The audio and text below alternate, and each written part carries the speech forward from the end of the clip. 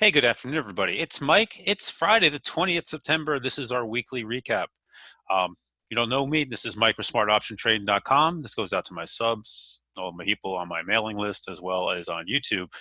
And what we do every week is we come in. I'm live for about 3 hours a day. I call the option flow. We do technical setups, call news, and we trade basically off of this, looking at charts and applying flow to that and news and events. If you're interested in learning more, please stop by my website and just check me out and give me a try. It's $25 for the first month as a get to know me, and then it renews at $100 a month. Great price for a fabulous service. All right, so this week was not the easiest week in the world. There was a lot to navigate this week. Some weeks are easier than others. We had the Fed this week. We had a lot going on, and when you come in here and you look here at the SPY, everything looks fine, right? You look at this chart, everything looks fine. We're not down as much as you feel we are down today because we had the dividend come out this morning. But realistically, when you look at this chart, you have a cup and a handle formation. And at some point, we look for this to take this level out and break higher. And, so we're down. We almost tagged the 21 day today. Today, the market was kind of funky. It was a little weird. Everything was kind of going okay, though, until we had the news that China canceled their visit to Montana to visit the farmland, and the market dumped really quick. Whatever.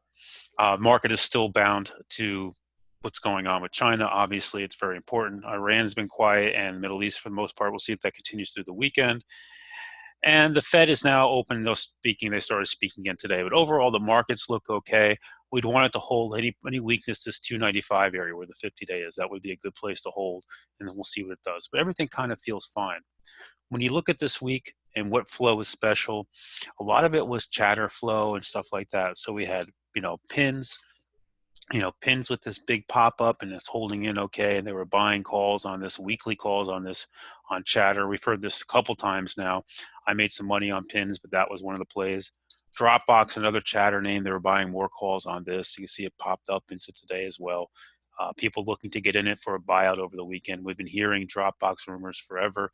Can't hold a bid here. Another one, just doesn't go anywhere. Toll was nice. I didn't play Toll. They came into it into here, and it took off. Unfortunately, I didn't catch it. They hit it 2 days in a row. This play is kind of over now. I wouldn't be touching that. Notice how it pulled back.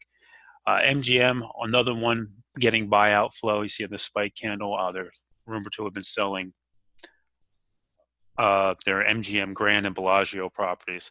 But the ones that really interest me are IQ. IQ here down today on the news, but they bought more of the October 2250 calls. There's 50,000 now in open interest out there from buying 2 rounds that came into the market. I want to keep an eye on that one. Facebook, the October 200s and the October 4th 195 calls were hit multiple times this week. Facebook was a beautiful trade for me out of the gate this morning. Got out of it just in time there. And what else was there? KR had buyout flow as well, a little chatter on that one. And then today really was AMD. They came after this AMD hard. And, I want to show you what they did. AMD, forget what happened here. Right into here, somebody bought almost 1.4 million shares of stock.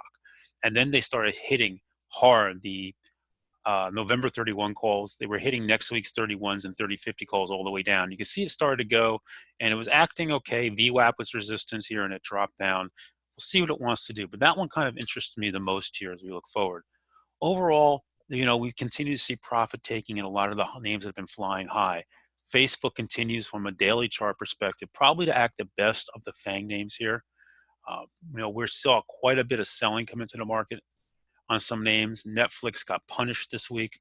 And, Netflix got punished on news that Facebook's coming out with a streaming box, and Comcast.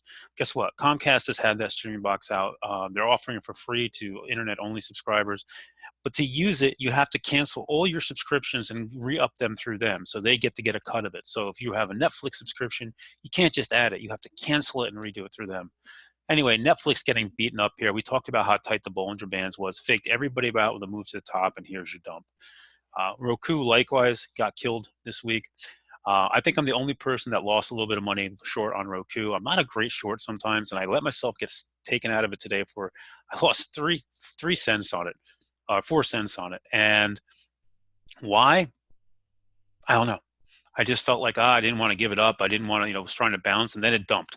And those calls were at one point were worth over $15. So I paid $1.17 for them. Those puts, I mean. But now it's come down. It's filled this gap. All right, we've seen some flow coming into it here this afternoon, specifically next week, some 120 calls and 115 calls. I'll watch this for an oversold bounce. I don't know if this is done or not down here, but looking for an oversold bounce on these names. Likewise, Apple today, was looking stronger, couldn't hold in, looking a little tired, but holding the 8-day. Boeing is same thing, kind of just resting up here. Couldn't fill that gap. I got caught in that, trying to get it in yesterday. Took a little bit of a hit trying to get in. And that was one of the things I was just kind of a little unhappy myself this week. I didn't trade a lot. I made money this week. It's a green week. But I let myself get out of a couple winning trades. I never liked doing that. So I added to my long-term rate position here at 625. I gave up on Microsoft too early, and then it went. Apple, I let myself get taken out here for a loss, and then it turned around and went. Made nice money on pins, made nice money on Shop, took a very small loss in Tesla. Boeing, same thing. Took a small loss on it, got caught up as it yanked hard in my face, and then it turned around, went back higher later on in the day. Made nice money yesterday on Microsoft, and today I made nice money on Facebook, and you can see my little pins loss, Roku loss there, which wasn't anything. Bottom line is the market has been tough and choppy, and that's never easy to trade. So we'll look at charts on Sunday here. I want to see how the market reacts here. This was a little bit of a hit, maybe a little bit more weakness into Monday and Tuesday, then we turn around. I do think this market wants to go higher. And the other thing I'll leave you with is keep an eye on the fins. I'm not a fan of the financials. I'm not sure what the catalyst here, but you look at the XLF holding in here, and you look at some of the individual stocks on a daily chart, and it makes me want to try to stay long them or keep an eye on them. JP Morgan, if you guys know me, I'm typo all the time, right? Nice chart hanging tight here. Bank of America, very, very similar type of chart going sideways. And so, these look like they're going to go. Now, you would think with lower interest rates, the banks would come in. So we'll see how this plays out. Everybody, thanks for listening to me. I hope you all had a great week trading. Look forward to getting back at this with my subs and doing this next Monday. Charts on Sunday for free. If you guys want to try me out, give me a stop by at smartoptiontrading.com. Thanks, guys.